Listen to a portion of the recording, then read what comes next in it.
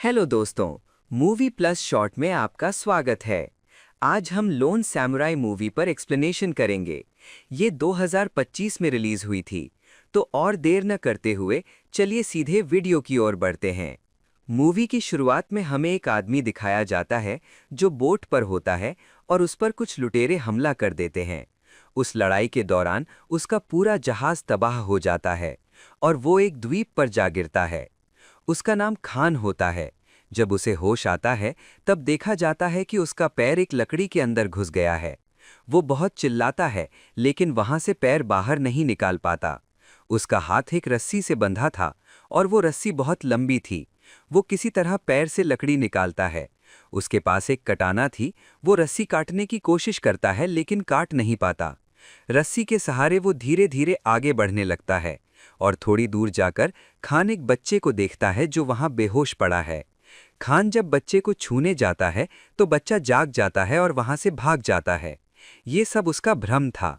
बच्चे को देखकर खान उसके पीछे पीछे जंगल के अंदर जाता है लेकिन बच्चा गायब हो जाता है। उस समय खान एक गुफा के अंदर आग जलाता है और अपना पैर ठीक करने की कोशिश करता है। लेकिन फिर से एक बच्चा उसकी गुफा में आता है और खान फिर से उसके पीछे पीछे जंगल के अंदर जाता है। वहां एक और बच्चा था और वे दोनों बातें कर रहे थे। खान ये सब सुन पाता है और उसे भ्रम होने लगता है। बच्चे देखने में हूबहू खान के अपने बच्चों जैसे थे। ये सब सुनकर खान थोड़ी दूर जाकर बेहोश हो जाता है। अगले दिन सुबह खान को होश आता है और वो जंगल के अंदर टहलना शुरू करता है। वो चारों तरफ देखता है लेकिन खाने के लिए कुछ नहीं मिलता और न ही कोई इंसान दिखाई देता है। ये सब देखकर वो बहुत चिंता में पड़ जाता है और रोने लगता है। वो जहां से आया था वही वापस लौट जाता है। लेकिन दूर उसे कपड़े में लिपटा हुआ कुछ दिखाई देता है। उसे लगता है कि कोई लड़की वहां पड़ी है। पास जाकर देखता है तो वो एक बड़ी लकड़ी थी जिस पर कपड़ा लिपटा हुआ था। ये सब देखकर खान बहुत रोता है और खुद का बलिदान देना चाहता है। लेकिन वो खुद को मार नहीं पाता क्योंकि उसे अपने पुराने अतीत और अपनी फैमिली की बात याद आ जाती है। याद करते करते उसके सामने एक बड़ा पहाड़ दिखाई देता है और वो फैसला करता है कि उस पहाड़ पर जाकर वो सुसाइड करेगा। वो जंगल से बहुत बड़ी बड़ी लकड़ियां इकट्ठी करता है और अपनी कटाना पैनी करता है। लकड़ियां लेकर वो धीरे धीरे पहाड़ की ओर बढ़ने लगता है। रास्ते में वो रास्ता ना भूल जाए इसलिए कोयले से पत्थरों पर जगह के नाम और दिशा लिख देता है।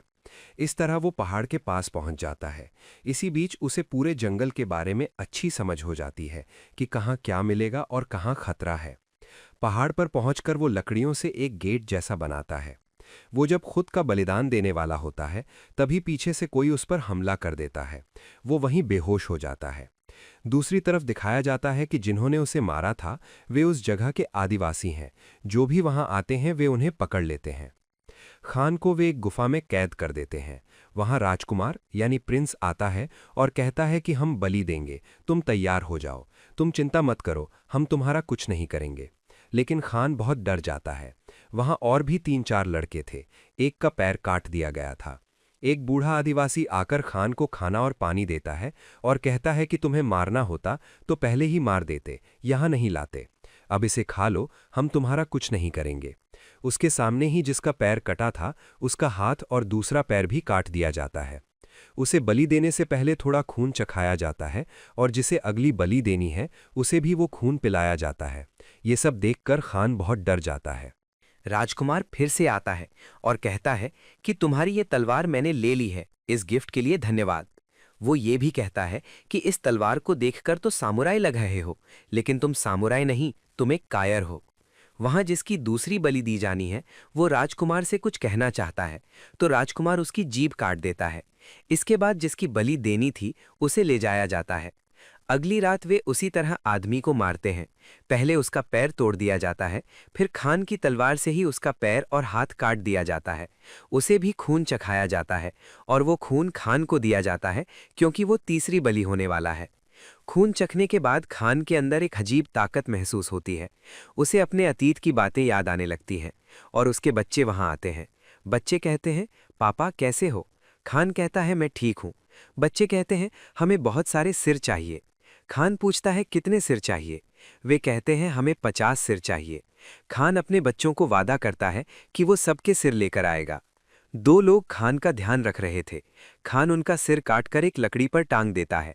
इसके बाद वो गुफा के अंदर सबको ढूंढने लगता है।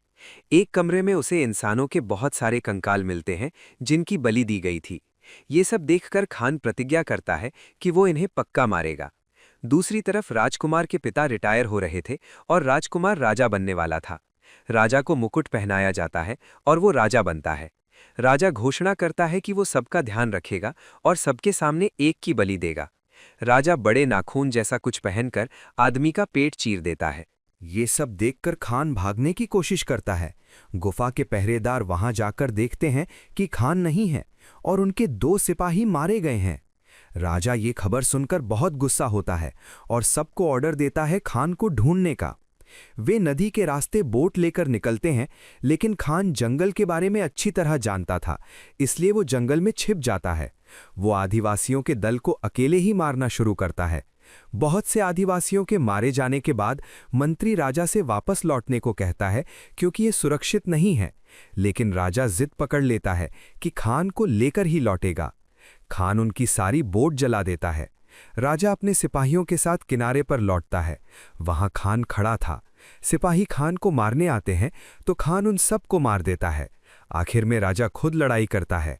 खान थोड़ा कमजोर होता है, फिर भी आखिरी पल में अपनी दूसरी तलवार राजा के सिर में घुसा देता है और उसका गला अलग कर देता है।